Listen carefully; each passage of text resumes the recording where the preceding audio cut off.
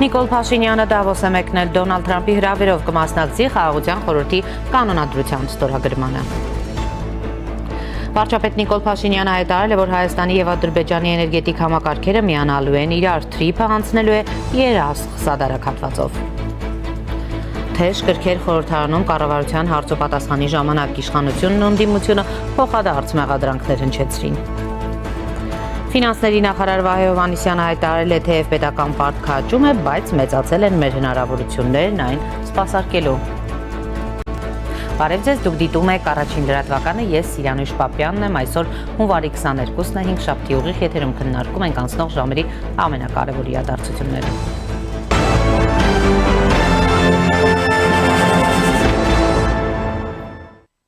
Հայաստանի վարչապետ Նիկոլ Փաշինյանը աշխատանքային այցով Շվեյցարիայի համադաշնությունում է։ Այսօր վարչապետը Դավոսի համաշխարհային տնտեսական ֆորումի շրջանակում Միացյալ Նահանգների նախագահ Դոնալդ Թրամփի հրավերով որպես հիմնադիր անդամ կմասնակցի Խաղաղության խորհրդի կանոնադրության ստորագրման հանդիսավոր արարողությանը։ Հիշեցնենք, որ օրերս վարչապետ Նիկոլ Փաշինյանը ստացել է ԱՄՆ նախագահ Դոնալդ Թրամփի պաշտոնական հրավերը Խաղաղության խորհրդին որպես հիմնադիր անդամ միանալու վերաբերյալ վարչապետ Փաշինյանը սիրով ու պատասխանատվությամբ ընդունել էր առաջարկը վերահաստատելով Հայաստանի հանձնառությունը խաղաղության առաջմղմանը, հայտնել էր վարչապետի խոսնակ Նազելի Բաղդասարյանը։ Խաղաղության խորհուրդը միջազգային նոր հարթակ է, որի ստեղծման մասին Դոնալդ Թրամփը պաշտոնապես հայտարարել է հունվարի 16-ին։ Կառույցի հիմնական առաքելությունը Գազայի հատվածի հետ պատերազմյան վերակառուցման,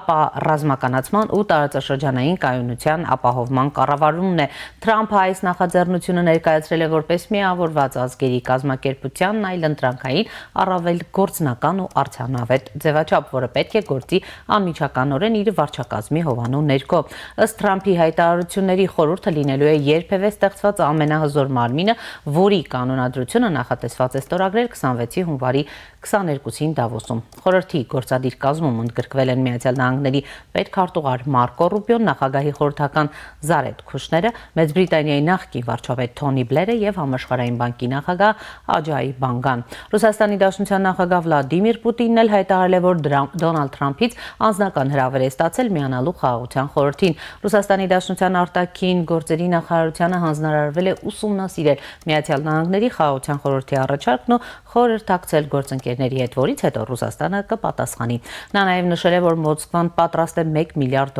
նվիրաբերել Խաղաղության խորհրդին սառեցված միջոցներից։ Միացյալ Նահանգներում մեր սառեցված ակտիվներից մնացած միջոցները կարող են նաև օգտագործվել մարտական գործողությունների հետևանքով վնասված տարածքների վերականգնման համար Ռուսաստանի եւ Ուկրաինայի միջև խաղաղության պայմանագրի կնքումից հետո, ասել է նա։ Դավոսում այս օրերին ընթացող համաշխարհային ֆորումին Հայաստանից ներկա էր նախագահ Վահագն Խաչատուրյանը։ Հայտարարվել էր, որ այս տարի վարչապետ Նիկոլ Փաշինյանը չի մեկնի Դավոս առանց որևէ հիմնավորման։ Այս օրերին կարևոր հանդիպումներին, պանելային քննարկումներին ներկա էր փաստացի միայն նախագահը, որն իր խոսքում անդրադարձել է տարածաշրջանում խաղաղության ու կայունության հաստատման կարևոր դերակատարությանը, Հարավային Կովկասի երկրների տնտեսական զարգացման, ինչպես նաև արևելք-արևմուտք բնականon հաղորդակցության ապահովման ու տնտեսական ազատ համագործակցության տեսանկյունից։ Շեշտվել է, որ խաղաղ եւ կայուն Հարավային Կովկասը կարող է դառնալ կարևորագույն հանգույց Եվրոպայի եւ Ասիայի միջև, ստեղծելով տնտեսական զարգացման բազմաշերտ հնարավորություններ։ Մարդկանց բարեկեցիկ կյանքով ապահովելու հնարավորությունը գերադասել է մնացած ամեն ինչից։ Ես նաև այն քաղաքական գործիչներից եմ, որ միշտ խոսել է խաղաղության մասին եւ փորձել եմ իմ քաղաքական գործունեության ընթացքում ինչ որ ձևով օգտակար լինել, որովհետեւ ինձ համար հասկանալի է մի բան. եթե ունեք հարևաններ, հարևանների հետ ապրում եք միայն խաղաղ։ Նույնիսկ կենցաղում այդպես, առավել եւս պետական մակարդակում։ Այլ ճանապարհ չկա։ Այլ ճանապարհը վեճ է, կռիվ է, անիմաստ ժամանակի կորուստ է։ Եվ ես էլ եմ շատ լավատես, որ իրականում մենք հաջողելու ենք եւ ունենալու ենք համատեղ նաեւ տնտեսական, մշակութային ծրագրեր, մենք հնարավորություն ենք ունենալու նաեւ արդեն կան նախադեպեր, երբ որ մեր հասարակական սեկտորի ներկայացուցիչները հանդիպում են, դա շարունակականություն է ունենալու, հաջորդը կլինի բիզնես շրջանակների հանդիպում։ Արդեն տեսեք Երևանում մարդիկ գնում են ադրբեջանական վառելիք եւ մեքենաներ են վարում։ Տարիներ առաջ երբ որ դրա մասին խոսեիք, ինչ որ ճշտամական վերաբերմունք այլ կերպ ընդունվեր։ Բայց սա այն իրականությունն է, որում հիմա մենք ապրում ենք։ Ադրբեջանի նախագահ Իլհամ Ալիևն էլ հայտարարել էր, մենք հայկական կողմից Հայաստանից Ռուսաստան տարանցիկ փոխադրում թույլատրելու հարցում ենք ստացել, այսպիսով մենք ունենք փաստացի եւ միակողմանիորեն բացված միջանցքներ։ Ճիշտ է, փոխադրումներն անցնում են Վրաստանով, սակայն մի օր այդ երթուղին եւս կանցնի Հայաստանով։ Կգային օրը, երբ հայկական բեռները կանցնեն անմիջապես Ադրբեջանի տարածքով եւ այդ օրը հեռու չէ, ասել է նա։ Ալիևի խոսքով, եթե Ադրբեջանը չկարողանա հասնել այն ամենին, ինչ ուզում է տարածաշրջանում, ապա չի կարող ձգտել որևէ գլոբալ իրադարձություն։ Այսօր Ադրբեջանը հայ եւ թուրք հայ մերձեցման գործընթացները զուգահեռ են ընթանում, անշուշտ այդ գործընթացները կհանգեցնեն Թուրքիայի եւ Հայաստանի, ինչպես նաեւ Ադրբեջանի ու Հայաստանի միջև դիվանագիտական հարաբերությունների միաժամանակյա հաստատմանը, հավելել է նա։ Անդրադառնալով Թրիփին նա ասել է, թե Թրիփ նախագծի շրջանակում իրենք նոր տրանսպորտային միջանց կստեղծեն, ըստ Ալիևի Ադրբեջանի եւ եղբայրական Թուրքիայի միջև շատ սեր դաշնակցային հարաբերություններ են կառուցվել։ Մենք խոշոր ներդրումներ ենք կատարում Թուրքիայում, մեր ներդրումների ծավալը Թուրքիայում գերազանցում է 20 միլիարդ դոլարը։ Նա նշել է նաև, որ Հայաստանի եւ Ադրբեջանի, ինչպես նաև Թուրքիայի եւ Հայաստանի միջև զուգահեռ կարգավորման գործընթացներն անխուսափելիորեն կհանգեցնեն Թուրքիայի եւ Հայաստանի, ինչպես նաև Ադրբեջանի ու Հայաստանի միջև դիվանագիտական հարաբերությունների հաստատմանը։ Դա անելով մենք միաժամանակ փոխում ենք մի հսկայական աշխարհագրական տարածք Եվրասիայի մի մասը։ Դա խիստ կարևոր հաղորդակցություն, էներգետիկ անվտանգություն, խաղաղություն ու կայունություն կբերի եւ ցույց է տալիս, թե ինչպես կարող են երկարատև պատերազմներն ու հակամարտությունները վերածվել գործընկերության ու համագործակցության, հավելել է նա։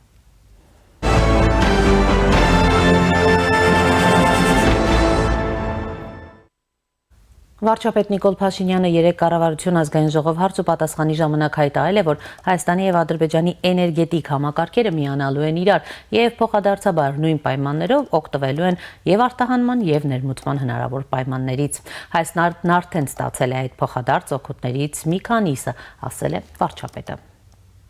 Սեք ինչ որ ասում եք, որ Հայաստանի Հանրապետությունը պետք է ստանա փոխադարձ առավելություններ, այդ ինչ փոխադարձ առավելություններ ամոթել է, որ մենք դա չենք նկատում, բայց հարգելնես, մենք արդեն ստացել ենք այդ փոխադարձ առավելությունների մի մասը, որ բենզինի գինը 20%-ով ընկել է, դիզվառելիքի տոկոսներ ճիշտ եմ ասում, ես ճիշտն ասած այդ թվերի մեջ չկամ, չգիտեմ, ով գիտի, երկրորդը, բայց ծորենա ներկրվում Հայաստանի Հանրապետություն Ռուսաստանից եւ Ղազախստանից, ընդ որում տարբեր ընկերությունի կողմից, դա փոխադարձ առավելություն չի, ասենք մենք սենց բաներ ենք ասում, ասենք հիմա Ադրբեջանում էլ հետևում են, ասում են հետաքրքիր է, Հայաստանում մեկը կնկատի խորհրդարանում, որ այդ փոխադարձ առավելությունը դրա մի մասը արդեն ստացվել է։ Հայաստան խմբակցության падգամավոր Արտուր Խաչատրյանը հարց ուղղեց վարչապետին, թե երբ են քատելու Ադրբեջանի սահմանը մեր գնացքով, արդյոք այնտեղ էլ լինելու է front office, back office համակարգը։ Այդ անցումը ոչ թե փոխադարձ առավելություն, բենզին ավելի էժան կամ ծորեն ավելի վատ կարգի, այլ մենք վերջը ինչ պայմաններով երբ ենք մտնելու Ադրբեջան, առանց ադրբեջանցիների հետ առերեսվելու եւ հասնելու ինչ որ մի կետ։ Շնորհակալություն։ Ասեմ, կոնկրետ ժամանակ ասեմ, դա տեղի ունենալու են ժամանակ, երբ որ երկաթգիծը պատրաստ լինեն, երկաթգիծը, որ ձեր խմբակցության ղեկավարը եւ ձեր քաղաքական առաջնորդը իրար հետ քանդե ծախել են, այդ երկաթգիծը, երբ որ պատրաստվի, երբ որ պատրաստ լինի, այսինքն հիմա հասկանում եք, մենք չենք կարող ուսով գնաց տանենք։ Գնացքը գնում է երկաթուղով։ Հիմա ինչի՞ է գալիս Վրաստանի տարածքով, որովհետև Հայաստանին, Ադրբեջանին կապող երկաթուղի չկա, հասկանում եք, չկա, նետու։ Երկրորդը, ինչի՞ է օգոստոսի 8-ի հռչակագրի, եթե չեմ սխալվում, 4-րդ կետում գրած է։ Հայաստանը եւ Միացյալ Նահանգները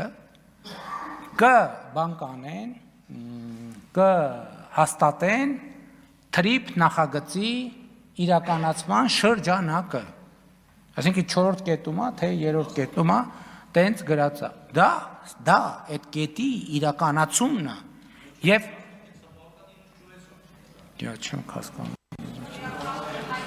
Շատ լավ, դե ինչ է կար հանգստանում, ուրեմն ոչ մի թիր չկա։ Ամեն ինչ ոնց կա, ոնց որ նենց է, ուրեմն քննարկելու բան չկա։ Երբ որ կլինի իրավական ուժ ունեցող թուղթ, այն ժամանակ կքննարկենք։ Շնորհակալություն։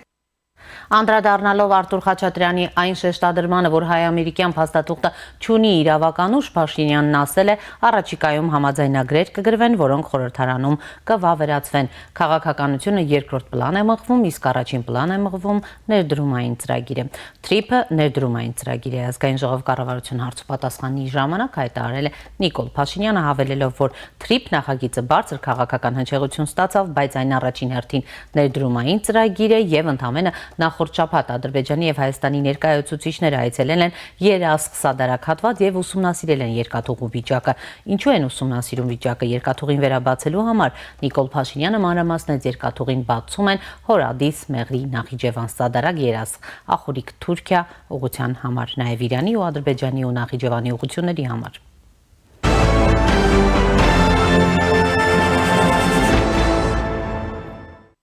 Ադրբեջանի նախագահ Իլհամ Ալիևը Դավոսում հանդիպել է Եվրամիության ընդլայնման հարցերով հանձնակատար Մարթա Կոսի հետ։ Ադրբեջանական ԱՊԱ-ի փոխանցմամբ հանդիպման ընթացքում Ալիևն ու Կոսը քննարկել են Ադրբեջանի ու Հայաստանի միջև հարաբերությունների կարգավորման ու խաղաղության օրակարգի առաջխաղացման վերաբերյալ հարցեր։ Անդրադարձել նաև էներգետիկայի, տարածաշրջանային տրանսպորտային հաղորդակցությունների, ականազերծման եւ այլ ոլորտներում համագործակցությանը։ Մարթա Կոսը նշել է, որ Եվրամիությունը պատրաստ է աջակցել Ադրբեջանի ականազերծման ջանքերին, ինչպես նաև Նախիջևանում երկաթուղային գծի վերականգնման նախագծին։ Եվ այս պահին զրուցելու եմ ՄԱԿ-ի զարգացման ծրագրերի էներգետիկայի գծով ազգային փորձագետ Արա Մարջանյանի հետ։ Բարև ձեզ, պարոն Մարջանյան, շնորհակալ եմ միանալու համար։ Բարև ձեզ։ Եվ այսպես պարոն Մարջանյան, վարչապետը նախորդին խորհրդարանում հայտարարեց, որ Հայաստանի եւ Ադրբեջանի էներգետիկ համակարգերը միանալու են իրար։ Նախ եւ առաջ ինչ է նշանակում միանալու են իրար կամ մեկ էներգետիկ համակարգ ունենալը Ադրբեջանի հետ։ Այն մասնագիտական, այսպես ձեր գնահատականն է ուրեմն կարևոր, երբ է սպասվում ընդհանրապես որքան ժամանակում է հնարավոր այդ միացումն ապահովել եւ ինչ կտա այն Հայաստանի Հանրապետության համեցեք։ Շնորհակալություն հրավերի համար։ Պատմական ժամանակներ ենք ապրում, պիտի ասել, որ լուրը հնչեցված շատ ուրախալի է եւ դրա համար կան մի քանի կարևոր պատճառներ։ Էլեկտրաէներգետիկան ամենաապաքաղաքականացված ենթավոլորտն է էներգետիկ ամբողջ ոլորտում եւ արագ առաջընթաց կարելի է սպասել հենց էլեկտրաէներգետիկայում։ Ուրախ եմ, որ այս ուղղությամբ առաջի հայտարարությունները բարձր մակարդակում արդեն հնչել են։ Ասեմ, որ էլեկտրաէներգետիկան, ի տարբերություն օրինակ գազի եւ նավթի, դա այն ենթավոլորտն է էներգետիկա, որտեղ Հայաստանը որոշակի առավելություն ունի իր հարևանների նկատմամբ։ Հայաստանը ունակ է թե արտահանել էլեկտրաէներգիա, թե հանդիսանալ որպես տարանցիկ գոտի էլեկտրաէներգետիկ հոսքերի ուղղությամբ, ահա այս տեսանկյունից տարածաշրջանի վերաինտեգրումը եւ Հայաստան-Ադրբեջան էներգետիկ համակարգերի միացումը չափազանց կարեւոր է ինքնին եւ շատ կարեւոր է Հայաստանի համար։ Կրկնեմ, Հայաստանը այստեղ որոշակի տեխնիկական հզորությունների եւ աշխատանքի փորձի որոշակի առավելություն ունի։ Մյուս կարևոր հանգամանքը կայանում է նրանում, որ այստեղ պետք է մի քանի հիմնադրույթներ ինձ թվում է պահպանել ապագա գործընթացներում։ Հայաստանի եւ Ադրբեջանի էլեկտրաէներգետիկ համակարգերի միացումը պետք է չխանգարի Հայաստան-Իրան էլեկտրաէներգետիկ համագործակցությանը, մասնավորապես գազ ընդդեմ էլեկտրականություն ծրագրի բնականon իրականացմանը եւ դրա հետագա ընդլայնմանը։ Այն պետք է խթանի տարածաշրջանում էլեկտրաէներգետիկ փոխհոսքերի կազմակերպմանը, վաղ թե ուշ կարծում եմ պետք է բացվի Հայաստան-Թուրքիա բարձրավուրդ էլեկտրական գծի շինարարության հարցը, ավելի ճշգրիտ վերաթողարկման հարցը։ Տեխնիկական առումով ինչ է նշանակում Հայաստանի եւ Ադրբեջանի էլեկտրաէներգետիկ համակարգերի միացումը, դա բարձրավուրդ օդային էլեկտրական գծերի վերաթողարկումն է Հայաստանի եւ Ադրբեջանի միջև, ապագայում միգուցե եւ բարձրավուրդ էլեկտրական մալուխների գծումը։ Հեռանկարում պետք է ունենալ, որ տեխնիկական աշխատանքները կտևեն 1.5-2 տարի, իսկ որպես ռազմավարական առաջին հանգրվան, հեռանկարային հանգրվան պետք է դիտարկվի Հայաստան, Ադրբեջան, Վրաստան էլեկտրոէներգետիկ համակարգերի զուգահեռ աշխատանք։ Ցածնի բոլոր 3 հանրապետությունների էլեկտրոէներգետիկ համակարգերի արդյունավետությունը եւ դրականորեն կազդի այդ հանրապետությունների ժողովուրդների վրա։ Անվտանգության ռիսկ կա այստեղ, թե ոչ, պարոն Մարջանյան, ձեր գնահատմամբ։ Անվտանգության ռիսկ իհարկե կա, բայց այդ ռիսկը պայմանավորված է ընդհանրապես աշխարհում եւ տարածաշրջանում տիրող այսպես ասած անցողիկ process-ների հետ։ Գիտեք, որ հիմա աշխարհում տեղի են ունենում շատ լուրջ վերադասավորումներ, որոնք վատթարագույն սցենարով կարող են բերել շատ աղետալի հետևանքների, պատերազմների եւ սարսափելի այլ բաների։ Հակառակը լավատեսական սցենարում կարող են շեշտակիորեն մեծացնել կայունությունը եւ հեռանկարներ բացել տնտեսական զարգացման համար։ Այդ ռիսկերը միանգամայն առկա են նաեւ մեր տարածաշրջանում եւ մանավանդ ենթադրենք Արաքսի հովտի երկայնքով ընթացող գոտում։ Ռիսկերը կան եւ այստեղ պետք է ուղղակի շրջահայաց եւ սթափ լինել։ Առաջարկում եմ թրիփը մի փոքր դիտարկել մոտակա ապագայում եւ միջնաժամկետ հեռանկարում որպես հարթակ, որը կարող է մերձեցնել Միացյալ Նահանգների եւ Ռուսաստանի դիրքորոշումները։ Չեմ բացառում, որ ահա էլեկտրոէներգետիկ համագործակցությունը թրիփ ծրագրի շրջանակներում այն պիլոտային հարթակներից մեկը լինի, որը ուրվագծի Հայաստան-ԱՄՆ ռազմավարական համագործակցության տեղայնացումը մեր տարածաշրջանում։ Հետաքրքիր է օրինակ, որքանով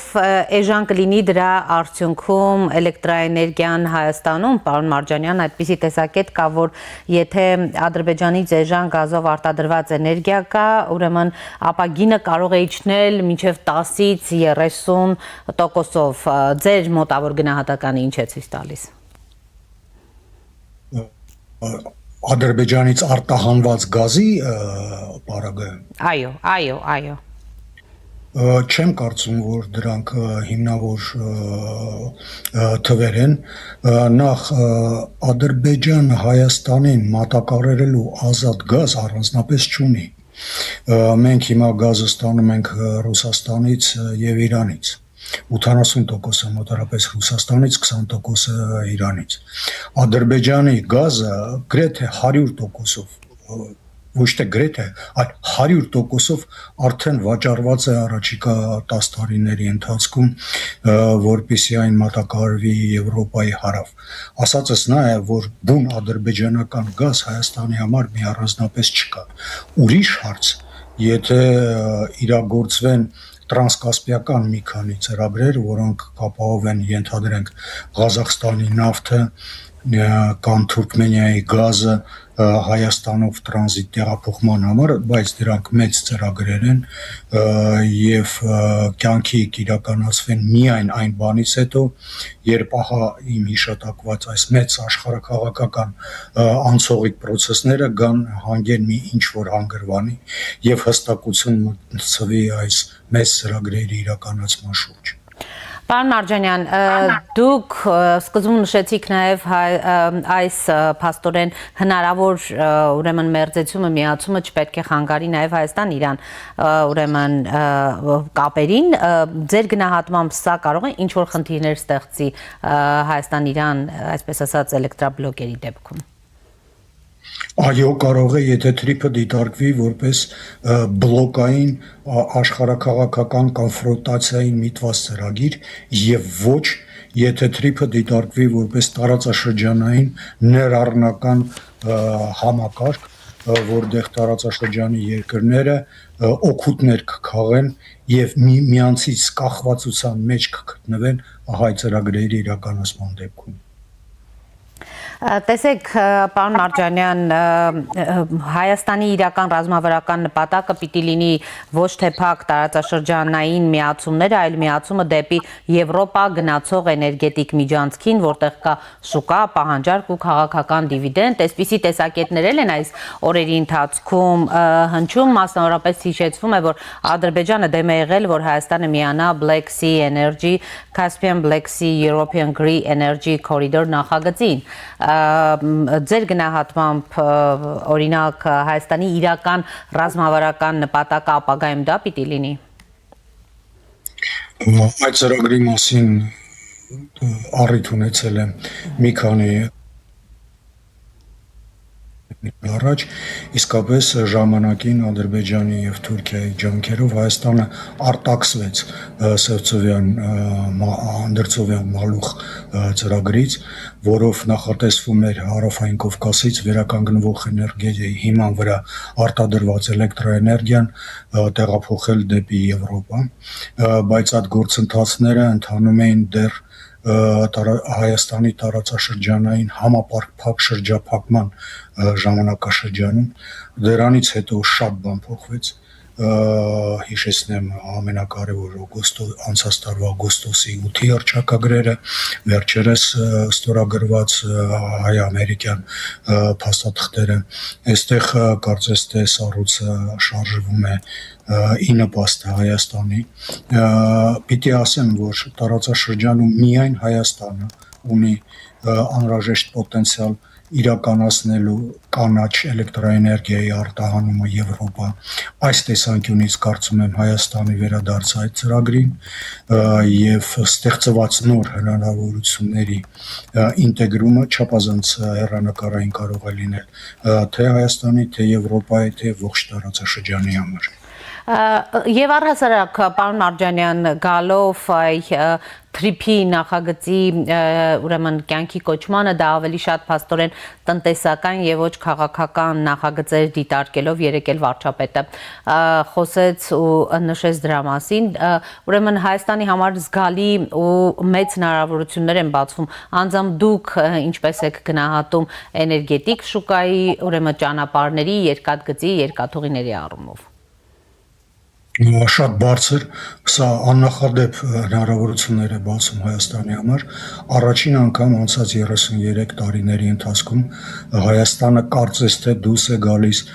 համակարգային շրջափակման ճիրաններից, ընդհանրապես ինչ եղավ այս 33 տարիների ընթացքում, Հայաստանը վերցվեց համակարգային շրջափակման ճիրանների մեջ եւ կոպիտ ասած խեղդամահարվեց եւ ունեցանք այն ինչ ունեցանք, ինչի եմ ասում համակարգային շրջափակում, որտեղ դա ոչ շրջափակումներ, բեռնաուղևորային տեղափոխումների շրջափակում էր, էլեկտրաէներգետիկ ենթակառուցվածքներից մեկուսացումներ, օպտիկամալուխային կաբելների զարգացումից մեկուսացումներ, օդային տրանզիտ ճանապարհների վերահսկման տեսանկյունից շրջափակում էր։ Եվ ահա շատ կարևոր է այս իրադրությունը ընկալել որպես համակարգային, այս անգամ արդեն ապաշրջափակում։ Չին անգամ մենք տեսնում ենք էլեկտրաէներգետիկ բաղադրիչի արկայությունը այս շրջափակման մեջ օրեր առաջ իմացանք դիզելի եւ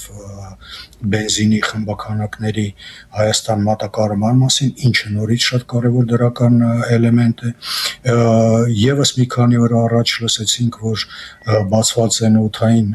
միջազգային դիսպեչերական ուղիները Հայաստանի վրա եւ փոխադարձաբար բացված են ընդ որում դա նույնպես այս համակարգային ապաշրջափակման էլեմենտ է, կարճ ասած իրադրությունը իսկապես աննախադեպ հեռանկարներ կարող է բացվել Հայաստանի եւ տարածաշրջանի զարգացման համար։ Շնորհակալ եմ, պարոն Մարջանյան։ Ես եմ շնորհակալ։ Հիշեցնեմ, զրուցում էի ՄԱԿ-ի զարգացման ծրագրերի էներգետիկայի գծով ազգային փորձագետ Արա Մարջանյանի հետ։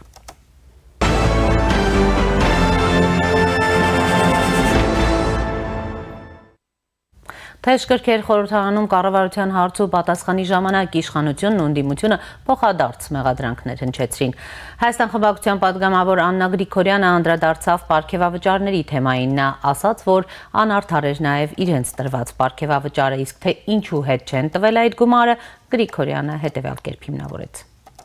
Վերադարձնենք, որ մի ատել ձեր մեջ բաժանեիք, իսկ եթե իսկապես ուզում եք հասկանալ, թե որտեղ են գնացել այդ գումարները, ես առաջարկում եմ, եկեք առանց կամերաների, եւ դա շատ կարեւոր է, առանց կամերաների տանենք եւ ցույց տանք ձեզ, թե որտեղ են գնացել այդ գումարները։ Կարծում եմ շատ մեծ դժվարություն ձեզ համար դա չի լինի։ Հաջորդ բանը, որ ինձ համար իսկապես ականջ ծակող էր, հետեւյալ միտքն է։ Թալանվածը հավաքել ենք ու պարգևավճարներ ենք բաժանել։ Բա դուք եկել եք թալանածը հավաքեք, որ ժողովրդին տայիք, թե պարգևավճար ստանայիք։ Սա ուղղակի աբսուրդ է։ Հետո այնտեղ խոսք է գնում ծրարների մասին եւ այլը։ Եթե նախկինում դա արատավոր երևույթ էր, հիմա ինչ եք դուք նույնը անում ուղղակի պետական բյուջեից։ Այսինքն խնդիրն այն էր, որ ծրարով թաքուն չտրվեր, այլ պետական բյուջեից դա գնար, եւ հետո այնտեղ ասվում է Միքայել Մինասյան եւ այլն, ես ներողություն եմ խնդրում իհարկե, բայց մինչեւ այս պահը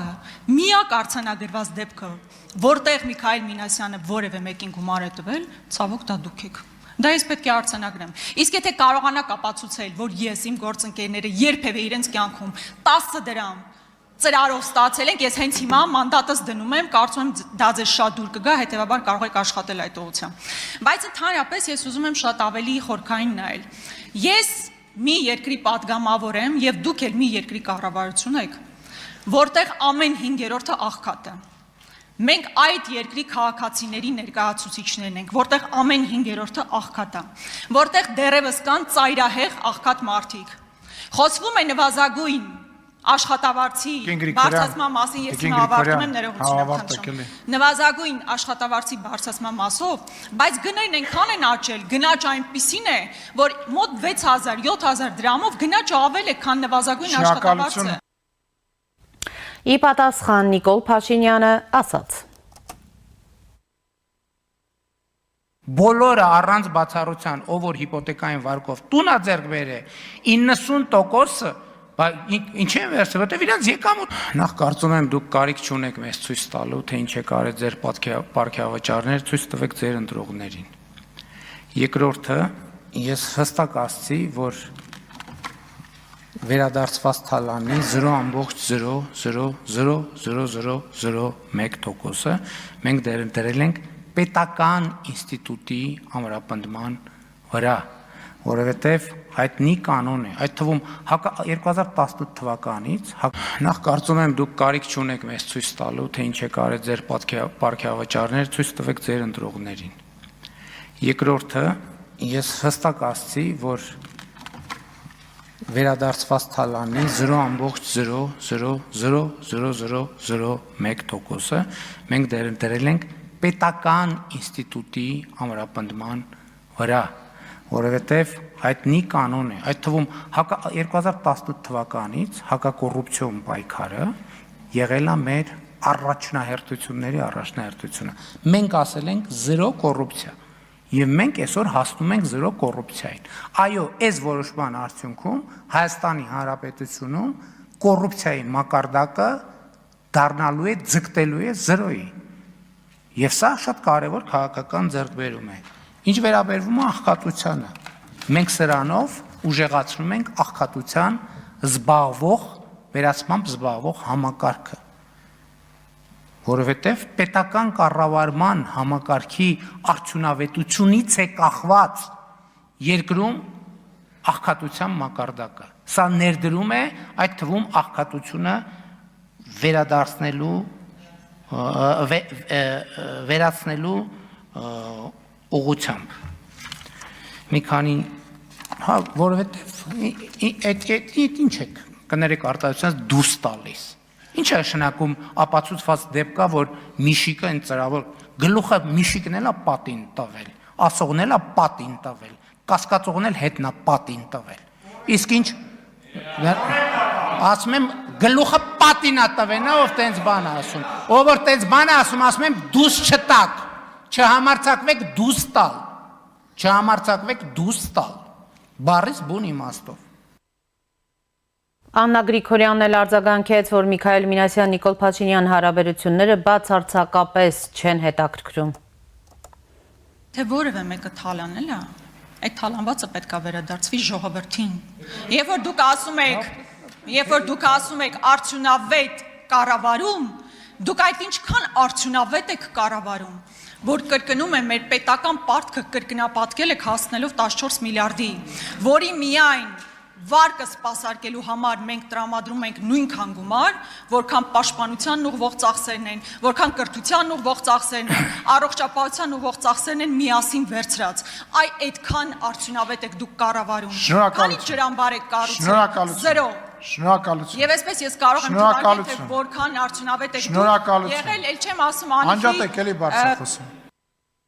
Կառավարության հարց ու պատասխանին Փաշինյանն արձագանքեց նաև Հայաստանի արտաքին պարտքի հետ կապված Գրիգորյանի դիտարկումներին, նշելով, որ Հայաստանում 53,000 ընտանիք հիփոթեկային վարկով ձեռք է բերել բնակարան։ Բոլորը առանց բացառության, ով որ հիփոթեկային վարկով տուն է ձեռք բերել, 90%-ը ինչ են վերցրել, որտեղ իրանց եկամուտները աճել է։ Եվ իրանց եկամուտները աճել է, իրանք գիտեն, որ իրանց տուն ձեռք բերելը իրանց բանն է, իրանց հասանելի է, բայց իրանք 40 տարվա, 20 տարվա ծախսը չեն ուզում անեն միանգամից, անում են կտոր, էլ չեմ ասում, որ պետություն, այսինքն պարտքը Հայաստանի ժողովուրդը եւ ընդհանրապես ժամանակակից տնտեսական կարգի մեջ դա շատ կարեւոր եւ անբաժանելի բան է։ Հայաստան խմբակցության մեկ այլ պատգամավոր Գառնիկ Դանելյանն էլ անդրադարձել է եպիսկոպոսների ու վարչապետի կողմից հրապարակված ճանապարհային քարտեզին, նշելով, որ սա ուղիղ միջամտություն է եկեղեցու ներքին գործերին։ Սահմանադրության 17 եւ 18 հոդվածների խախտում է տեղի ունենում։ Եթե նախկինում իմ ասած հայտարարությունները ամբողջական մեջ բերեք, դրա ունի շարունակություն, որ եկեղեցին էլ չպետք է խառնվի պետության գործերին։ Հիմա մենք իմանում ենք, այդ թվում բարենորոգման օրակարգի միացած հոգևորականներից, որ խորանները դարձվել են հակապետական գործունեության հարթակներ եւ այս դեպքում մի հատ էլ նախընտրական քարոզչություն են անում, մի հատ էլ որոշում են, թե առաջիկա ընտրություններում ինչ գործունեություն պետքա ծավալեն, բայց մենք չենք ենթադրել, որ եկեղեցուն պետքա ղեկավարվի KGB-ի գործակալների կողմից։ Այնտեղ որտեղ կա պետության անվտանգության շահը, պետությունը պետքա ռեակցիա տա։ Եվ էլ չեմ ասում, հետաքրքիր է, այն ժամանակ, որ ես ինչ-որ մի բան ասել եմ, այդ ինչ-որ մի բան նաև հասցեագրված ուղերձ է, չէ եղել։ Բայց իրանք չեն հիշում իմ ասածը։ Դա նաև ապացույցն է, որ ինչ մենք երազել ենք, որ զբաղվենք ինչ-որ ձևով եկեղեցով, չենք երազել, հենց ընդհակառակը չենք երազել։ Ինչ է նշանակում կաթողիկ կոչվածը զոհված եղբայր ունեցող քահանային կանչի, ասի գնա 1000 ներողություն եմ, ասի գնա մորդ վերցրու, գնացեք կառավարության դեմը ցույց արեք։ Էս ում պահված կա, էս դուրս պրծոկի պահված կա։ Ինչ կամ եկեղեցին, ձեր ասած մարդիկ ինչ կապ ունեն եկեղեցու հետ։ Եկեղեցին առաջին եկեղեցու գլուխը մեր Տեր եւ Փրկիչ Հիսուս Քրիստոսն է, եկեղեցին ժողովրդով է եկեղեցին։ Այդ ձեր ասած մարդիկ են եկեղեցի, գնացեք մի հատ պատարակները Կիրակնորիա նայեք։ 3 հոգով պատարակներ են տեղի ունենում Հայաստանյան առաքելական Սուրբ եկեղեցուն համատարած տասնյակ տարիներով։ Դա ոչ մեկ ինչի անհանգստացնում։ Գառնիկ Դանելյանն էլ իր հերթին հարցրեց, թե կարող է մեկ հարցի անկեղծ պատասխանել վարչապետը։ Շուրջը հավաքված տիրադավ եպիսկոպոսները ինչ կենսագրություն ունեն եւ նախկինում դուք մոռացել եք այն որակումները, որ տալիս եք այդ մարդկանց հասցեին։ Ես կարող եմ ձեզ տրամադրել բոլոր այն նյութերը, որոնք որ նախկինում դուք ասում եք այդ մարդկանց հասցեին։ Հիմա ձեր միջոցով են այդ մարդիկ բարենորոգվելու եւ բարեկարգվելու եւ ինչ վերաբերվում է նրան, որ եկեղեցիների ես բազմաթիվ պատարակների են մասնակցել եւ խնդիր չի ունեցել եկեղեցին։ Իսկ ձեր պարագայում դուք վարչական ռեսուրսի չարաշահմամբ, դա շատ ակնհայտ է։ Դուք վարչական ռեսուրսի չարաշահմամբ մարդկանց տիպողաբար հիվանդանոցից հանելով, հիվանդանոցից հիվանդ մարդուն հիվանդանոցից հանելով բերում եք պատարակի։ Այս էլ ձեր շուրջ, ձեր կողքը հավաքված եկեղեցականի իրական պատկերը ես ձեզ ցույց տամ։ Ուրեմն ես ասում եմ նա պիտի ինտերվի։ Արաբոդյան արդեն ոչնչացրեց Սուրբ Օքին իրեն։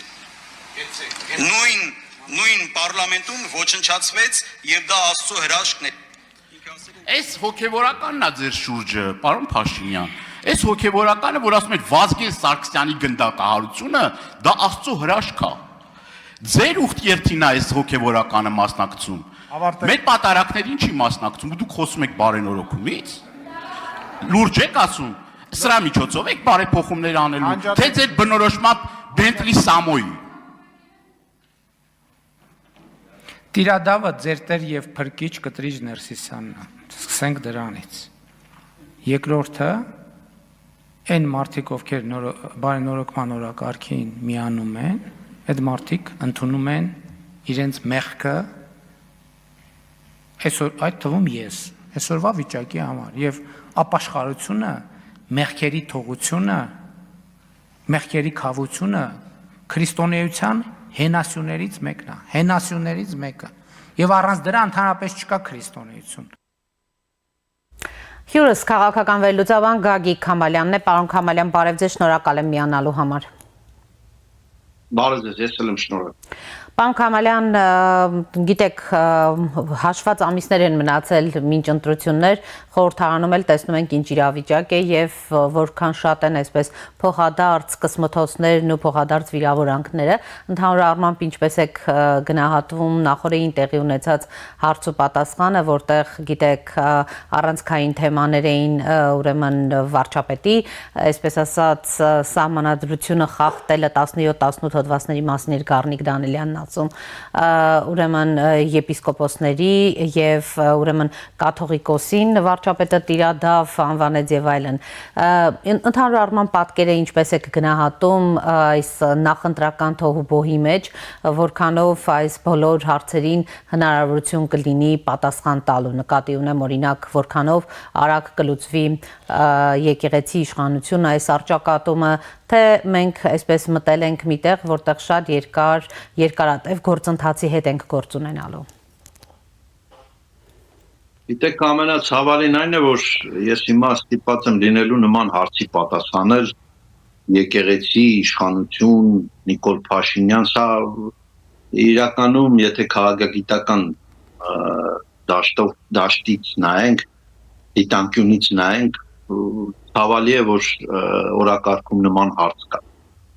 Բայց քանի որ քաղաքականությունը այնպիսին է, որ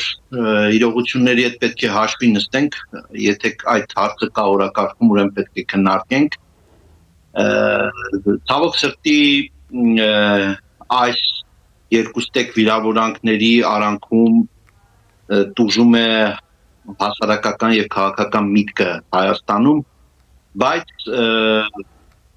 այդ ամենի համար կան եւ օբյեկտիվ եւ սուբյեկտիվ պատճառներ։ Առաջին հերթին ես կառանձնացնեի այն, որ այդպես էլ Գարեգին ամենայն հայոց կաթողիկոսը չի հերքում այն հանգամանքը, որ իշխանության կողմից ասում են, որ իր եղբայրը եւ ինքը ազդեցության գործակալներ են։ Ցավոք սրտի նրանց գործնեությունը եւ ոչ թե այդ գործնեությունը միայն պետք է դիտարկենք այս վերջի տարիներին, այլ ընդհանրապես 1999 թվականից հետո, հատկապես հոկտեմբերի 27-ից հետո նրանց գործնեությունը եւ նրանց քաղաքական բիզնես շահերի սերտաճումը նաեւ նախորդ վարչակազմի հետ ցույց է տալիս, որ իրոք նրանք այդպիսի միտումներ կան նրանց գործնեությունում, այդ ազդեցության գործակալ լինելու։ Բայց այս ամենի գագաթնակետը այն էր, երբ որ Հայաստանի Հանրապետության վարչապետը հայտարարում է, որ իր ոտքը այլևս չի մտնելու Բելոռուս եւ հիշում եք Լուկաշենկոն, որ այցելել էր Ադրբեջան, գնաց Արցախ, Շուշի, ինչպիսի հայտարարություններ արեց Ալեքսանդր Լուկաշենկոն։ Դրանից հետո Նիկոլ Փաշինյանը Հայաստանի Հանրապետության պարլամենտում հայտարարում է, որ իր ոտքը չի մտնելու այլևս, քանի ինքը վարչապետ է Բելառուս եւ նաեւ մյուս պաշտոնյաների։ Դրանից հետո դուք պատկերացնում եք ամենայն հայոց կաթողիկոսը շրջանցելով պետության առաջնորդի քաղաքական կշիռը, իսկ դա շատ կարևոր է։ Մենք արդեն տեսնում ենք ինչպիսի մարդու հետ գործ ունենք, ինչպիսի ընկալում ունենք։ Այսինքն ես շրջանցում եմ իմ սեփական պետությունը, մեկնում է ինչ-որ Մինսկում ինչ-որ մատուռ էին բացվել դրա բացմաններն։ Սա քաղաքական քայլ էր ամենայն հայոց կաթողիկոսի կողմից, որը եւ բերեց Երևան բերեց այս ամբողջ խնդիրը, որ հիմա ամբողջ հասարակությունը կարծես մտել է այս Այսինքն կաթողիկոսին չներվեց Բելարուս մեկնելը։ Առաջին հերթին ես կարծում եմ, որ դա շատ ցցուն քայլ էր կաթողիկոսի կողմից ցույց տալու, թե ինչպիսի վերաբերմունք նա ունի իր պետության ղեկավարի եւ հասկանալի է, թե որտեղից է փչում այդ քամին եւ պատահական չէ, որ Նիկոլ Փաշինյանը անդադ ասում է, որ կաթողիկոսի դեմ պայքարելով ինքը փորձում է պաշտպանել պետությունը երկրորդ երկրի ճնշումներից։ Սա շատ կարեւոր է։ Եվ գիտեք, քաղաքագետ կամ եսիմ փիլիսոփապետ չի լինել, որ այդ ամենը հասկանանք, հասարակության գերակշռող մեծամասնությունը այս ամենը հասկանում է, ընկալում է եւ նաեւ հասարակության գերակշռող մեծամասնությունը շատ վաղուց հասկանում է, թե ինչպիսի բարոյական անկում է ապրել կաթողիկոսի վարկանիշը դեռևս տարիներ առաջ։ Նա բազմաթիվ դեպքեր կան խոսվել է դրա մասին, թե ինչպես է նա եղբայրը ինքը տարբեր բիզնեսների մեջ խրված Մեզ հիշում եմ 2020 թվականին հիշում եք այն Տիրանի հետ կապված Մոսկվայի այդ միջադեպը եւ Եզրած Սրբազանը նստած ինչ-որ մեծահարուստի կողքին եւ ինչ-որ մեկին նսեմացնում էին, նա էլ նստած հետևում էր այդ ամենը եւ բացվեց այդ ինչ-որ մեկ այդ գործարարը նաեւ կրիմինալ կապերով դեմք է Մոսկվայում հայազգի պատկերացնում եք ինչպիսի բովանդակության կրողներ են այս մարդը։ Այսինքն այն, որ Ռոբերտ Քոչարյանի եւ Սերժ Սարգսյանի ժամանակում պետություն եւ բողականությունը դարել էին միասեռ օրգան, այդ նաեւ եկեղեցին պետության եւ այդ կրիմինալի հետ եւս դարել էր միասեռ օրգան եւ դա պետք է պայթեր եւ քաղաքականորեն այն պայթեց հիմա այդ process-ի մեջ է։ Կաթողիկոսը ես կարծում եմ, որ ձգտում է միջև ընտրություններ ձգի ժամանակ հասկանալու համար ինչպիսի զարգացումներ տեղի կունենան։ Եթե ընտրությունները միջև ձգում է ընտրություններ, սա մի փոքր կարող է թուլացնել այդ պայքարում Փաշինյանի դերքերը, բայց եթե ընտրությունից հետո Փաշինյանը վերընտրվում է, ինձ կարծում եմ շատ կարճ ժամանակ անցած կաթողիկոսը կհեռանա։ Բայց ամեն դեպքում անկախ նրանից Նիկոլ Փաշինյանը կվերընտրվի, չի վերընտրվի, բարոյական տեսանկյունից այլևս այս մարդու հեռանալը վեհարանից հրամայական է, որովհետև նա ոչ քաղաքական գործիչ է, ոչ չգիտեմ բիզնես ոլորտի ղեկավար է, որ ինչ-որ առանձին վերցած խմբի առաջնորդ լինի, հա։ Նա ամենայն հայոց կաթողիկոս է, նա անկախ բոլոր մարդկանց քաղաքական հայացքներից նա բոլոր հայաստանցի հավատացյալների հոգևոր առաջնորդն է, հա։ Հայ եկեղեցու հետևորդների հոգևոր առաջնորդն է, նա պետք է դիտարկի դու նիկոլական ես, դու լևոնական ես, դու Սերժական ես, սա աբսուրդ է, հա, այս մարդը թևերը քշտած մտել է քաղաքականության մեջ։ Պարոն Քամալյան, բայց ընդդիմադիրները արդյոք ուրեմն արդարացի չեն այն առումով, որ օրինակ վկայակոչում են ընդհանրապես այդ 10 եպիսկոպոսների ուրեմն կամ այս բարենորոգման գործընթացին ճանապարհային քարտեզին միացածների, այսպես ասած, բարեվարկությունը։ Իսկ այդ բարեվարկությունը մինչև Փաշինյանի միանալը ինչու այդ մասին չեն խոսում։ Ինչու կաթողիկոսը որևէ մեկ անգամ չի խոսել այն մասին, որ այս 10 եպիսկոպոսները, արքեպիսկոպոսները, չգիտեմ, ունեն բարեվարկության խնդիր։ Երբևիցե լսել եք կաթողիկոսի բերանից, որ նա բարձրաձայն է այս մասին։ Այդ հիմա որ միացան Նիկոլ Փաշինյանին, հիմա պարզվեց նրանք ունեն բարեվարկության խնդիրներ։ Բոլորս էլ գիտենք, որ ամբողջ եկեղեցում կան այդպիսի մարդիկ, որոնք ունեն իրոք բարեվարկության խնդիրներ եւ հասարակությունը տարիներն այլ վերջի 5 տարում չէ, վերջի 7 տարում չէ, 20 տարի շարունակ հասարակությունը առնչվել է այդ ամենին։ Հիմա պարզվեց այս մարդիկ ունեն բարեվարկության խնդիրներ, հիմա իմացավ Գառնիկ Դանիելյանը, որ այս մարդիկ ունեն բարեվարկության խնդիրներ, հիմա իմացավ, որ կա Բենտլի Սամո։ Այդ Բենտլի Սամոյին եւ մնացած այդպիսի ոչ բարեվարկության փայլող հոգեվորականին ծնել է հայրենային հայոց կաթողիկոսը, իսկ կառավարման տարիների Պարոն Դանիելյան, անդրադառնանք մի շարք այլ գործընթացների եւս, որ ուրեմն քննարկման առարկա դարձան նաեւ 3 նախ պարգևավճարների հետ կապված, օրինակ դիտարկելով այն ինչ տեղի ունենում, որքանով է արդարացված այն հիմնավորումը, որ բերվում է իշխանության կողմից, հատկապես այդ պարգևավճարների թեման ուրեմն հանգիստ չէր տալիս ընդդիմադիր պատգամավորներին, որոնք նշեցին, կարծեք թե իրենց պարգևավճարները այլ ուղղությամբ են ուրեմն գործի դրել, հավանաբար աջակցել են ընտանիքների եւ այլն առանց շակերտներ բացելու, նրանք իրենց ստացած աշխատավարձ, այսպես պարգևավճարներն էլ քննադատության ենթարկեցին։ Եթե սոցիալական դիտանկյունից նայենք տվյալ հարցին, բնականաբար խնդրահարույց է, բայց եթե նայենք, որ դա կատարվում է շատ թափանցիկ կերպով, այդ ամենը չի պահվել հասարակությունից գաղթի այդ մարդիկ պարգևավճարներ են ստացել, դա արդեն խոսում է այն մասին, որ այստեղ կոռուպցիայի կամ կաշառակերության մասին չի խոսքը, խոսքը գնում է նրա մասին, արդյոք այս իշխանությունում գործող մարդիկ, որոնք պետական պաշտոններ են ստանձնում, արդյոք արժանի են այդ չափի պարգևավճարի, թե ոչ, դա ինստիտուցիոնալ խնդիր է, հասկանում եք, սա պետք է օրենքներով կարգավորվի Եվ ես կարծում եմ, որ ժամանակի ընթացքում ավելի ինստիտուցիոնալ կդառնա այս պարգևավճարների ինստիտուտը եւ ըստ արժանավույն կգնահատեն պաշտոնյաները եւ այստեղ մի բաժակ ձրում փոթորիկ փնտրելը այդքան էլ տեղին չէ, կրկնում եմ, այստեղ չի թաքցվել կամ ես իմ չոր գաղտնի գործընթացներ չի եղել, որ խոսենք այն մասին, թե այդ տեսեք ինչ է բացահայտել Դա տեղի ունեցել թափանցիկ կերպով, այդ մասին այդ պարգևավճարները նաև ստացել են ընդդիմադիր պատգամավորները։ Նաև մի ուրիշ ծայրահեղություն կա, մեզ մոտ մի փոքր մարդկանց մեջ մտցրել են մի գիտակցություն, որ եթե դու պետական պաշտոնյա ես, ուրեմն դու պետք է, չգիտեմ, աղքատ ապրես, դու պետք է, չգիտեմ, քեզ սահմանափակումների ենթարկես, այդպիսի գիտակցությամբ չի կարելի վերաբերվել պետությանը։ Պետական պաշտոնյան պետք է հաշվետու լինի, այստեղ է խնդիրը։ Այդ հաշվետվության մեջ դուք պետք է փնտրես նրա կենսունակությունը, ինչքանով է կենսունակ այդ պետական պաշտոնյան։ Եվ ընտրական ինստիտուտն էլ տալիս է հնարավորություն յուրաքանչյուր ընտրության ժամանակ դու ոչ բարեվարկության փայլող, ոչ արդյունավետ պաշտոնյաներից, քաղաքական թիմերից ձերբազատվես։ Սա է ամբողջ process-ը։ Այստեղ ինչ որ լուրջ խնդիրներ չկա, սա շահարկվում է ավելի շատ,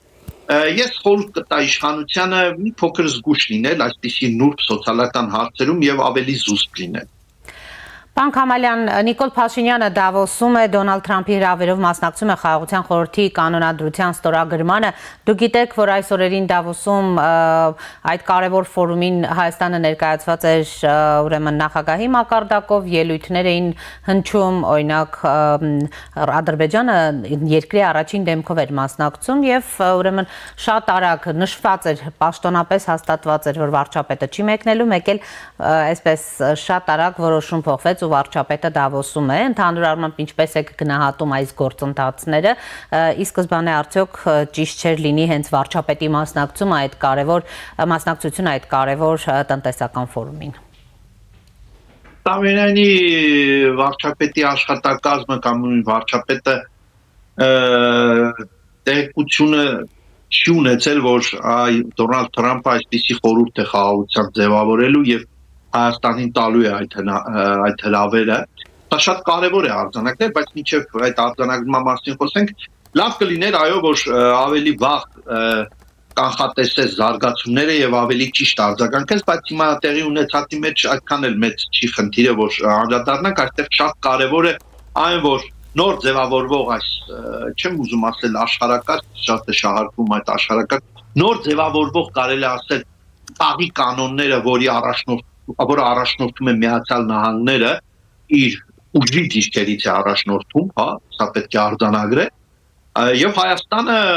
192 թե 3 երկրների մեջ Հայաստանը այն 50, ինչքան գիտեմ 50 երկրի մոտավորապես հրավիրված այդ խաղաղության խորհրդի, եթե չեմ սխալվում, 100%-ով ինֆորմացիային չեմ տիրապետում, բայց Հայաստանը դրա մեջ է։ Սա նշանակում է, որ Հայաստանը այս սկսած process-ի մեջ, այս ընթացող զարգացումների մեջ Հայաստանը ունի իր ուրույն տեղը, հա։ Սա կապված է հենց օգոստոսի 8-ի հռչակագրի ստորագրումից հետո ստեղծված մթնոլորտը մեր ռեգիոնում թե ինչքան կարևոր է դարձել Հարավային Կովկասը որպես ռեգիոն միջազգային զարգացումներում եւ Ադրբեջանի եւ Հայաստանի գործոնը սա այդ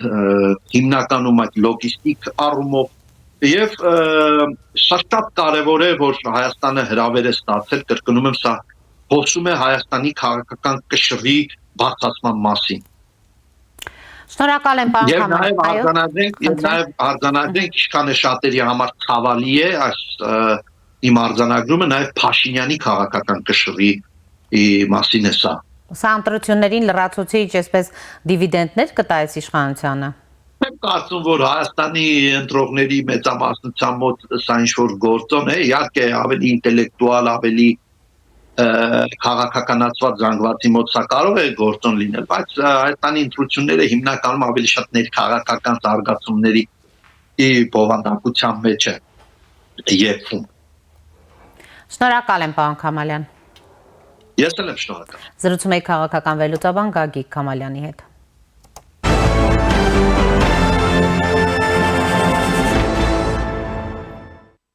Հայաստանի ֆինանսների նախարար Վահե Հովհաննիսյանը հայտարարել է, որ Հայաստանի կառավարության պարտքի սպասարկման ծախսերը 26 թվականին հավանաբար նախատեսվածից քիչ կլինեն։ Սպասում ենք պարտքի սպասարկման ծախսերի պլանավորվածից ավելի ցածր մակարդակ, այսինքն 26 թվականի բյուջեով պարտքի սպասարկման համար նախատեսված գումարը ամենայն հավանականությամբ ավելի ցածր մակարդակի կլինի։ Սա պայմանավորված է շուկայի դրական զարգացումներով ոչ միայն միջազգային շուկաներում, այլև Հայաստանում։ Օրինակ, եթե 24 թվականին 10 տարի տևողությամբ գանձապետական պարտատոմսերը թողարկում էինք 9.6% տոկոսադրույքով, ապա մեծ ուրախությամբ արձանագրում եմ, որ 26 թվականին տեղի ունեցած առաջին աճուրդով այս նույն տոկոսադրույքը եղել է 8.09։ Սա շատ դրական փոփոխություն է, որը իհարկե մի կողմից պայմանավորված է Հայաստանի Հանրապետության բանկային համակարգում դրամային լիկվիդայնության մեծացմամբ, բայց մյուս կողմից պայմանավորված է նաև նրանով, որ Հայաստանի նկատմամբ շարունակում են հետաքրքրություն դրսևորել միջազգային ինստիտուցիոնալ ներդրողները, որոնք մասնակցում են նաև մեր տեղական աճուրդներին, դրանով իրենց դրական ազդեցությունն ունենալով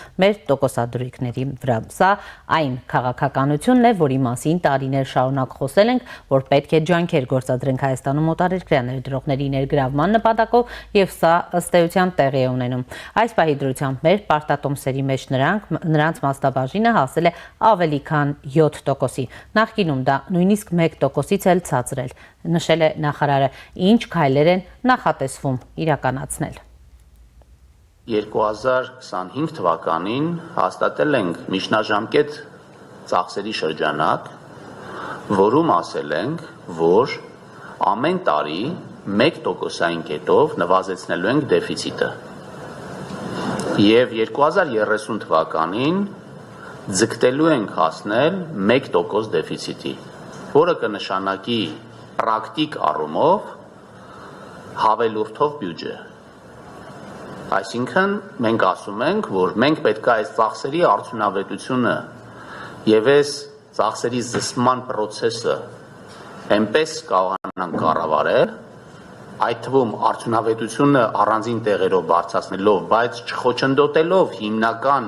ենթակառուցվածքային եւ բարեփոխումների օրակարգը,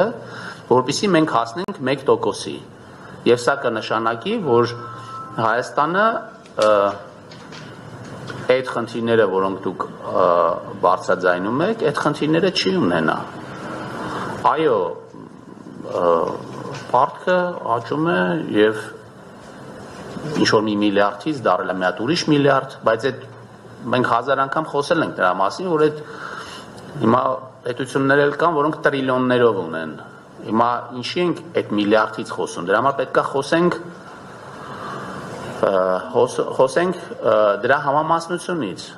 Եվ ես կարող եմ ասել, որ օրինակ 2018 թվականին պարտքը նրան 52% էր, 51 ու քանի տոկոս էր, հիմա 48% է։ Նախարարը նշել է, որ պարտքը սպասարկելու մեր հնարավորությունները մեծացել են։ Հայաստանի ֆինանսների նախարար Հովհաննիսյանը նաև անդրադարձել է տարեվերջին նախարարների ստացած պարգևավճարների թեմային։ Նա նշել է, որ պետական պաշտոնյաների աշխատավարձը վերջին 5-6 տարվա ընթացքում չի փոխվել։ Քննարկում եղել է 1-2 տարի առաջ այն մասին, որ այստեղ ինչ-որ բան է պետք անել, որովհետև ակնհայտ է, որ կան խնդիրներ կապված նրա հետ, որ որակյալ մասնագետներին կամ մեծ հաջողություն ունեցած մարդկանց, որոնք մասնավոր հատվածում ստանում են բավականին բարձր աշխատավարձ, պետական համակարգում ներգրավելը տարբեր պատճառներով այնքան էլ հեշտ չէ։ Պատճառներից մեկը աշխատավարձերի մակարդակն է, որը գոյություն ունի։ Այս քննարկումների ժամանակ իմ դիրքորոշումը եղել է այն, որ նախարարների, փոխնախարարների կամ ղեկավար կազմի աշխատավարձերն ուղղակի բարձրացնելը այնքան էլ ճիշտ չէ։ Ես ասել եմ, որ պետք է ներդնել համակարգ, որ որոշակի թիրախներ դնեն եւ թիրախների գնահատմամբ արդյունքում աշխատավարձերի բարձրացումը լինի տարբեր, այսինքն դրանք, որոնք ունեն լավ կատարողական, ստանան ավելի շատ, մյուսները մի փոքր պակաս, ասել է Հովհաննիսյանը։ Կարգը պիլոտային կարգով մենք ներդրեցինք անցած տարվա սկզբից, այսինքն անցած տարվա սկզբից սահմանվեցին թիրախային նպատակներ տարբեր գերատեսչությունների համար եւ հետո տարվա կեսում դրա վերաբերյալ եղավ գնահատման process, թե ինչքանով են դրանք կատարվել, այսինքն ինչ թիրախներ են սկզբից դրվել եւ հետո ինչքանով են դրանք կատարվել։ Բնականաբար ամեն գերատեսչության համար դրանք տարբեր էին եւ գնահատումը տեղի ունեցավ եւ գնահատման հիման վրա տեղի ունեցավ այս պիլոտային, ես չի ասի, որ սա պարգևավճար է, որովհետեւ դա ըստ էության այդ աշխատավարձի բարձրացումն է, ուղղակի մի փոքր այլ եղանակով։ Այստեղ մի կարևոր հարց կա, որովհետեւ դուք խոսեցիք նրա մասին, որ զայրույթ է առաջանում սրանից, ես մի փոքր ուզում եմ սրա վրա ուշադրություն դարձնեմ, թե ինչից կարող է, օրինակ կարող եք դուք զայրանաք, որովհետև տեսեք, այս քայլը անելը բավականին մի քիչ կարելի ասել խիզախ քայլ է, այս քայլը անելը, ինչի, որովհետև եթե նախկինում այսպիսի թեմա գոյություն չուներ ընդհանրապես, որովհետև ավելի հեշտ էր օրինակ կանխիկ ինչ-որ մեկը գար ինչ-որ մարդկանց փողը բաժաներ եւ դրանով ընդհանրապես այս թեման չլիներ, ոչ մեկ էլ պարգևավճար չստանար եւ դա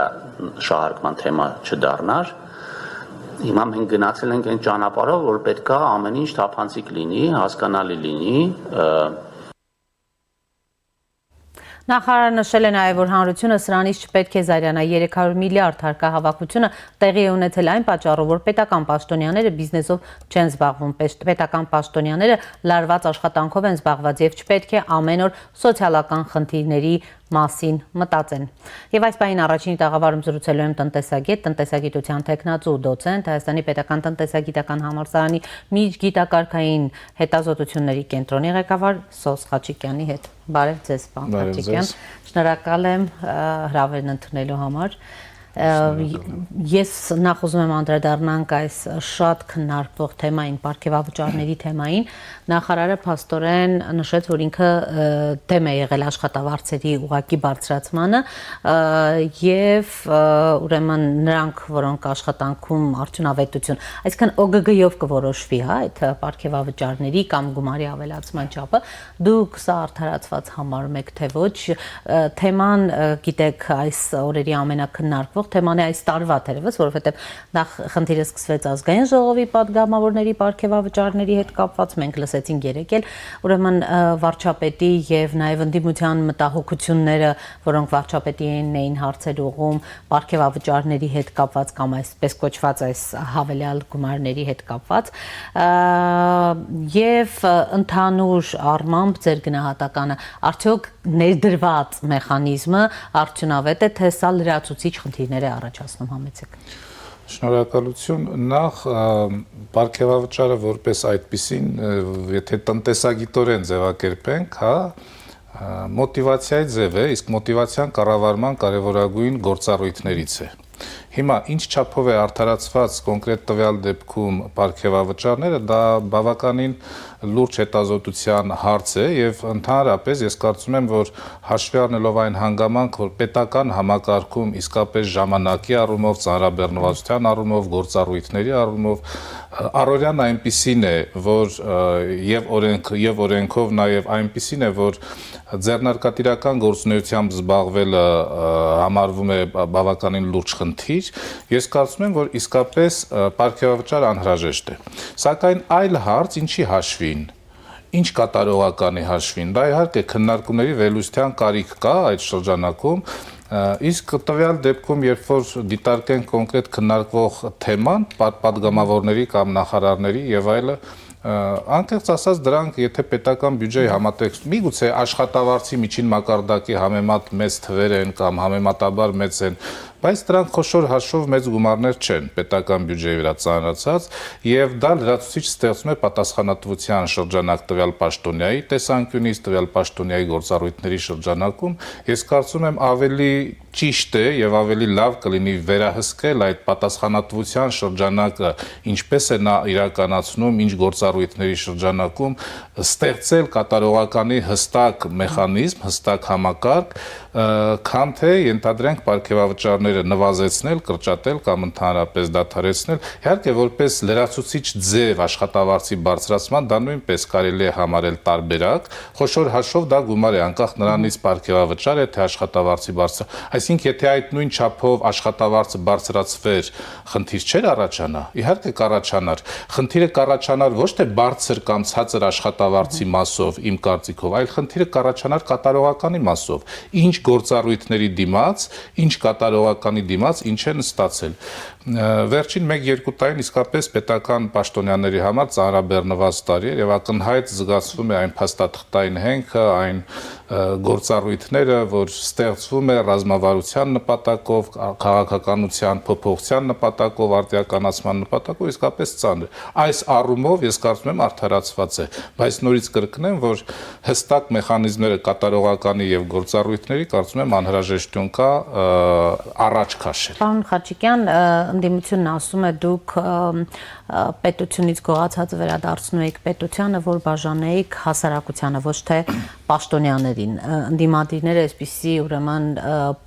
հակափաստարկ են բերում, արդարացված չէ։ Գիտեք ինչ, պարգևավճար ստացել են բոլորը, այսինքն նաև ընդդիմությունը եւ ազգային ժողովում եւ խոշոր հաշվով նախարարություններում կամ պետական գերատեսչություններում որևէ մեկը վերահսկելիության ինչ որ մեխանիզմ չունի, ով է իշխանական, ով ընդդիմադիր։ Միգուցե հրապարակային հայտարարություններով չի երևում, բայց ենթադրենք վարչության պետերի մակարդակով կամ որոնք ցածր պաշտոնյաներ չեն, ստանում են պարգևավճարներ նորից բավականին բարձր, մասնավոր հատվածի բանկայինը ես չեմ քննարկում, բայց խոշոր հաշվով դա չի կարելի դիտել, ինչու չեմ քննարկում մասնավոր բանկային հատված, որտեղ ընդդիմություն, իշխանություն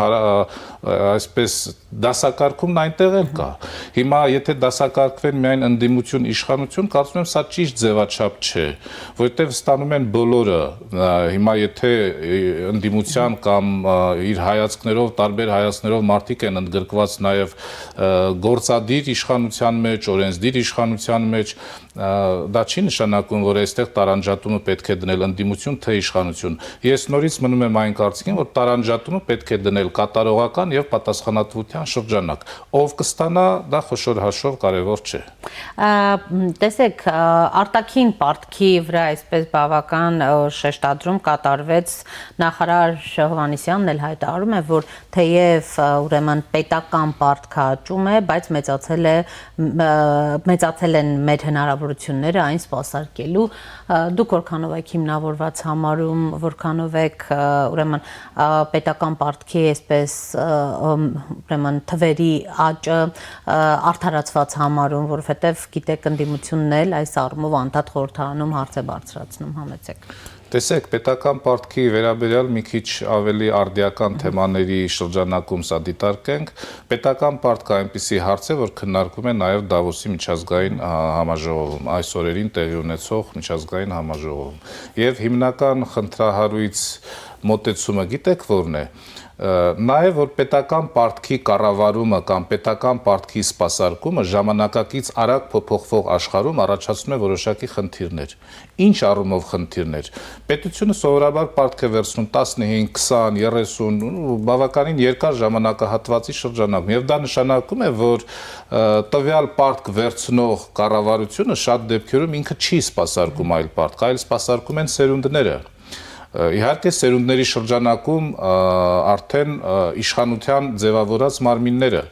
հիմա ինչ ձևով է դա իրականացում, որքանով է հնարավոր այսօրվա ձևակերպումներով վերցրած պարտքը սպասարկել ապագա սերունդների շրջանակում այն առումով, որ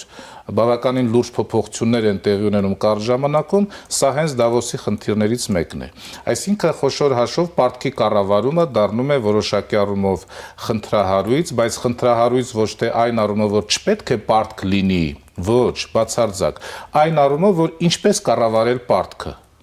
Հիմա եթե պարտքի կառավարումը այնպիսին է, որ ենթադրենք, օրինակ Հայաստանի Հանրապետության պետական բյուջեում հաջորդ տարիների կոնկրետ 2026 թվականի համար նախատեսվում է ավելի ցածր ռեսուրս, ավելի քիչ ռեսուրսներ, դա նշանակում է, որ մեր կատարողականը կամ այս առումով համախառն ներքին արդյունքի աճը այնպիսի ցուցանիշներ են արձանագրել, որ այո, պարտքի սպասարկումը դառնում է ավելի հեշտ եւ ավելի մատչելի։ Հնարավոր է ավելի լավ տարբերակներ, կարծում եմ դա կարելի է քննարկել, բայց խոշոր հաշվով եթե համախառն ներքին արդյունքը աճել է այնպես, որ պարտքի սպասարկումը դառնում է հեշտ, ես պարտքը խնդիր չեմ համարում։ 2026-ին այս առումով կունենանք որոշակի այդ, այսպես ասած, բեռի թեթևացում։ Ես կարծում եմ կունենանք բեռի թեթևացում եւ դա ոչ միայն պետական բյուջեի կամ ներքին քաղաքականության շրջանակում, այլ նաեւ միջազգային կառույցներն են բավականին բարձր գնահատական տվել Հայաստանի ֆինանսական համակարգին եւ ընդհանրապես ֆինանսաբանկային համակարգը Հայաստանի համեմատաբար կայացած համակարգերից է եւ բավականին լավ ինտեգրված է միջազգային կառույցներին ու այս շրջանակում երբ որ միջազգային կառույցներն են այդ գնահատականը հնչեցնում, կարծում եմ որ իսկապես դա վերահսկելի է եւ արդարացված է։ Պարոն Խաչիկյան, անդրադառնանք մեկ այլ կարևոր հայտարարության, վարչապետ Նիկոլ Փաշինյանը հայտարարում է, որ Հայաստանի Ադրբեջանի էներգետիկ համակարգերը միանալու են իրար, թրիփը անցնելու է երաշխադարակ հատվածով, նախ դրանց միանալու դեպքում Ադրբեջանի եւ Հայաստանի էներգետիկ համակարգերի ինչ հնարավորություններ եք տեսնում տնտեսական զարգացման, ինչպիսի ռիսկեր եք տեսնում անվտանգային ուրեմն առումով ձեր գնահատական այս հայտարարությանը եւ ուրեմն այն հնարավորություններին, որ ստեղծելու է այս ընդհանուր էներգետիկ միասնական համակարգը։ Ես կարծում եմ, որ միասնական համակարգ կլինի ոչ միայն էներգետիկայի ոլորտում, միասնական համակարգ ասելով ի նկատի չունեմ ամբողջ համակարգերի միացում, ի նկատի ունեմ որոշակի առումով միասնականացված։ Իսկ ինչու որոշակի առումով միասնականացված, որովհետև ստեղծվում է հաղորդակցության ուղի։ Հաղորդակցության ուղին առանց այդ համակարգերի, միասնականացման համակարգերի, ուղղակի անհնար է։ Նույնը պատկերացնենք ճանապարհների մասով։ Հիմա եթե վաղը հայտարարվի, որ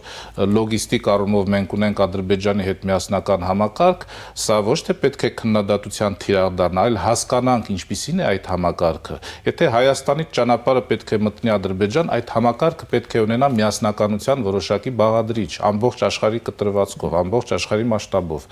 Առնվազն ճանապարհի սպասարկման շրջանակում։ Նույնը վերաբերում է էներգետիկային, նույնը վերաբերում է օպտիկամալուխային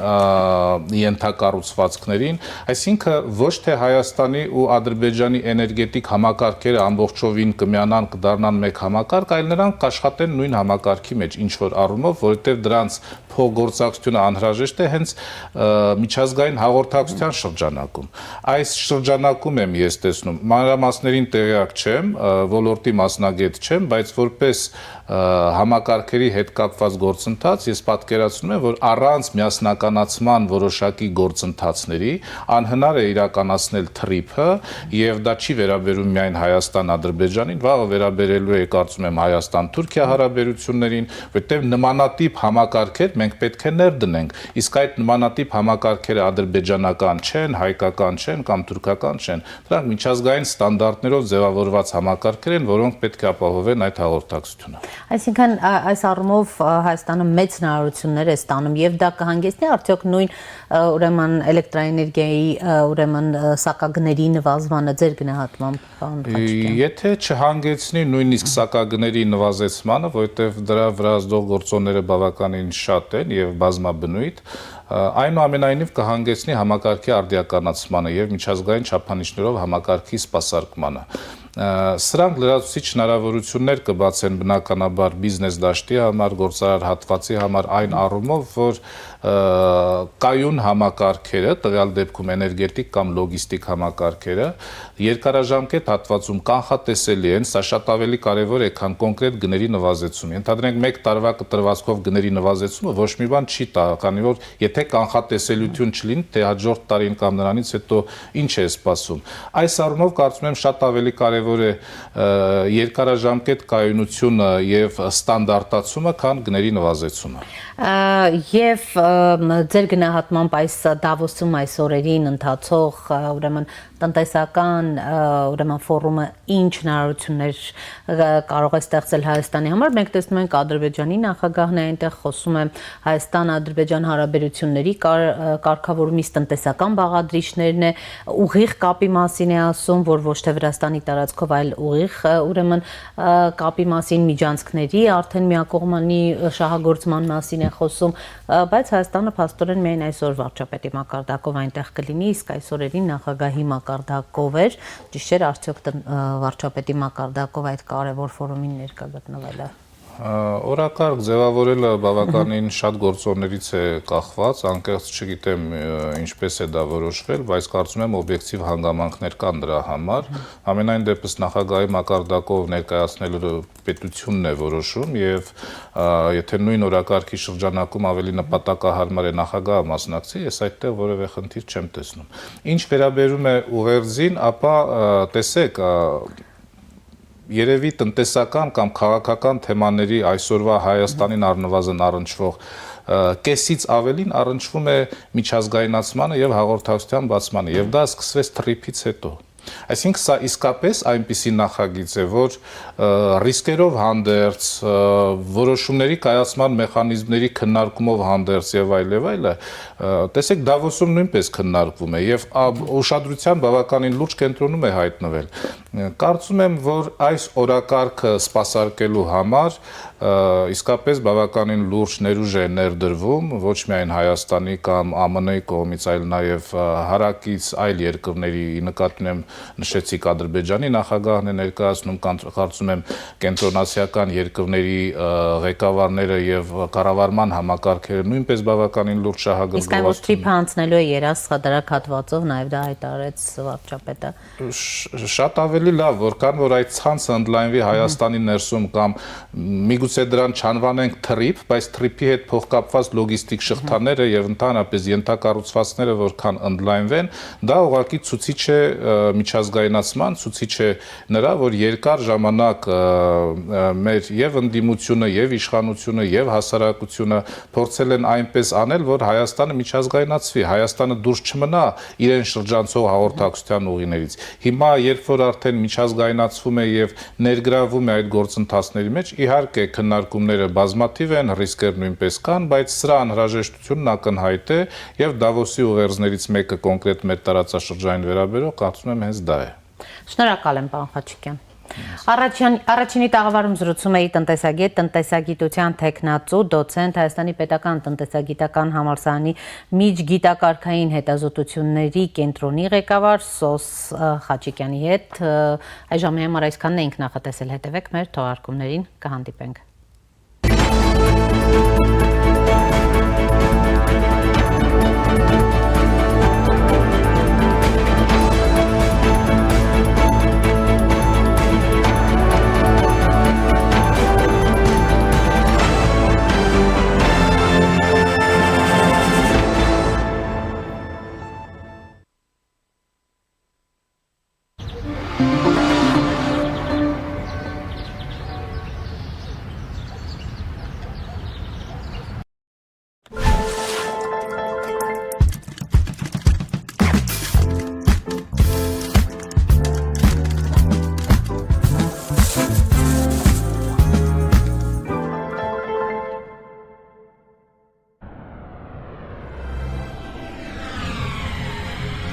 2026-ին Եվրոպան 75%-ով ավելի մոտ է լինելու։ Իդեալ համակարգը բացում է եվրոպական որակի եւ նրբագեղության դռները ձեր առաջ։ Հնարավորություն ընձեռելով ձեռք բերել եվրոպական արտադրողների լավագույն նմուշների նշված տեսականին մինչև 75% բացառիկ զեղչով։ Կան տարբերակներ, կա իդեալական տարբերակ։ Մանրամասները idealsystem.am Իդեալ համակարգ դեպի կատարելություն։ Մինչև հունվարի 31-ը Fast Bank-ի ցանկացած վիզա ակնքարտով գնիր ֆիլմի 1 տոմս Cinema Star-ի Դալմա եւ Rio մոլերի մասնաճյուղերից եւ երկրորդ տոմսը ստացիր նվեր։ 2 տոմս, 2 նվեր եւ այսպես շարունակ։ Եթե չունես վիզա ակնքարտ, պատվիրիր Fast Bank Mobile-ով։ Դե ինչ, բարի դիտում։